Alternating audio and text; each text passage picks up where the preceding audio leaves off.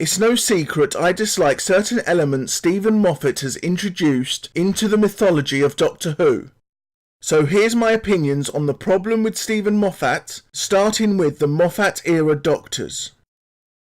Both of Moffat's Doctors are desperate to avoid death, and I'm pretty sure you're saying to yourself, that's the perfect character trait for Matt Smith's Doctor, as he's supposedly the last Doctor in that regeneration cycle. But he wasn't meant to be. It's only because Christopher Eccleston was not returning for the Day of the Doctor that John Hurt's Doctor was introduced, which ultimately bumped up Matt Smith's Doctor from the 12th incarnation to the 13th.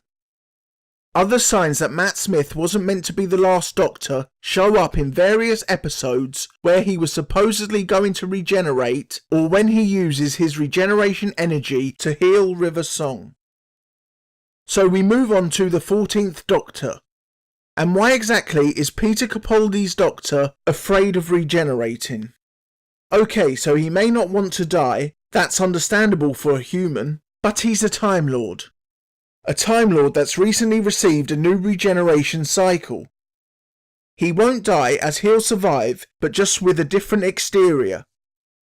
So there's no actual reason for Capaldi's Doctor to fear death, as he has more extra lives than Super Mario.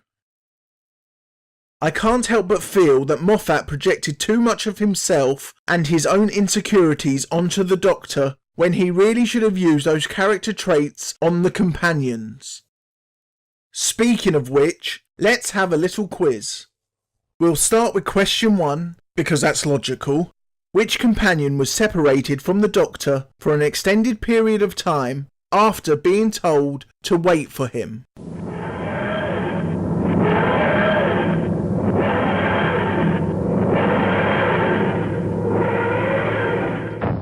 If you said Bill, you're right, but you could have also said Amy. You told me to wait, and I did. A lifetime. Question 2. Which companion's main trait was dying and then coming back to life?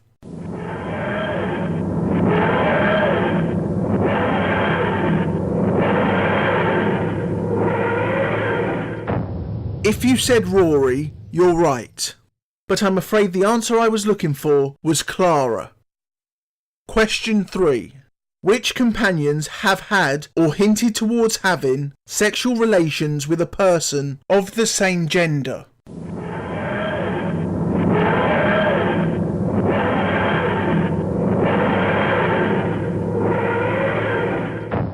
The answer is Clara and Bill. And technically Amy, if you want to include the time she accidentally met herself. Also, if you wanted to count other characters that could be considered as companions, River, Vastra and Jenny are added to the list. So it's just the female characters then. Question 4. Which companion had at least one missing parent?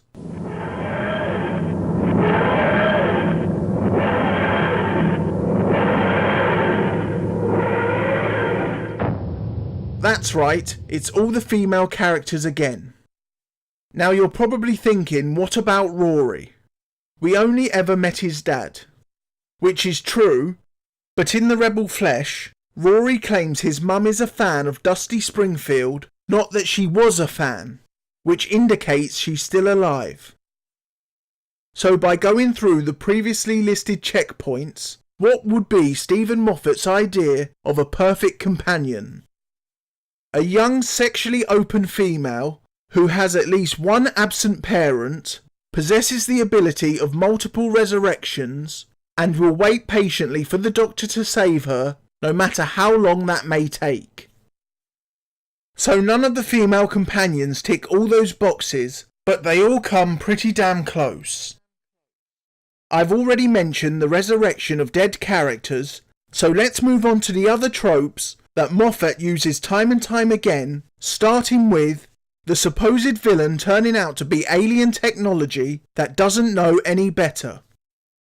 This goes back to Moffat's very first story, The Empty Child / The Doctor Dances. It then featured in his second story, The Girl in the Fireplace, This trope was then given a rest, but when Moffat became the showrunner, it featured in at least 5 more stories.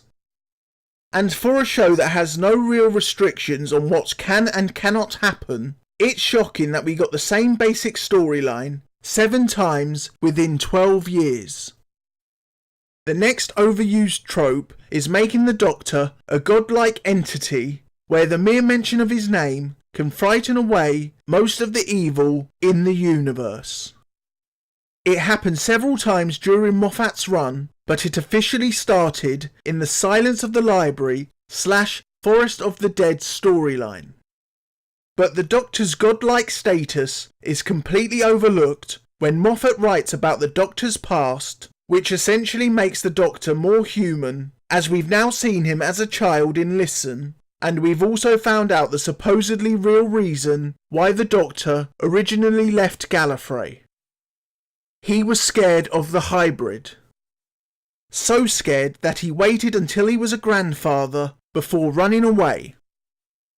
And finally, one of his strangest tropes, emotions can defeat anything, especially if they're memories of a dead parent. But before I end this video, it's time for another little quiz. And the subject is the different series in the Steven Moffat era. Question 1. Which series involved the destruction of the universe?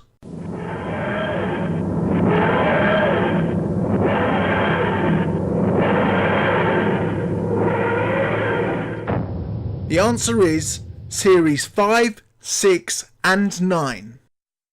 Although I'll let him off Series 9, as it just showed the end of the universe, rather than showing us that the Doctor was somehow connected to it, so the real answer is just Series 5 and 6. Question 2. Which series featured a regeneration fake-out?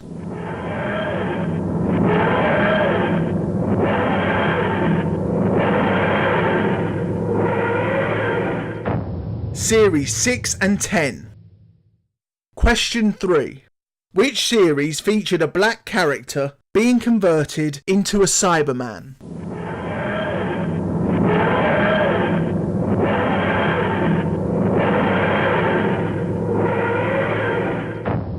Series 8 and 10. And for legal reasons, I should probably say I'm not saying Moffat intentionally chose to make black characters Cybermen, I just found it to be a strange coincidence. Never ignore a coincidence, unless you're busy, in which case always ignore a coincidence. And question 4. Which series featured a resurrection of a character that had previously died during the course of the same series?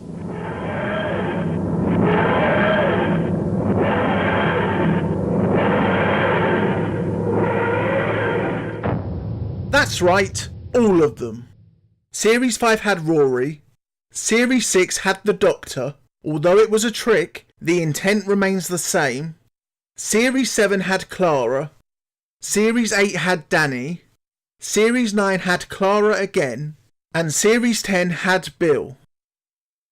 Everyone fears death, so by using it as something that can be cheated time and time again, Moffat inadvertently removed the drama from his episodes, as we all knew everything was going to be alright before it even began. So there it is, my definitive video on the problem with Steven Moffat. And I must say, I feel really good about getting that off my chest, and it's also made me realise what annoyed me the most about the Steven Moffat era. The repetition. Okay, so there are small changes here and there, but that's just to create the illusion that you're watching something new. But hey, if he can get paid to produce the same thing over and over again, can I really blame the man? Or should I blame the BBC for allowing him to do whatever he wanted?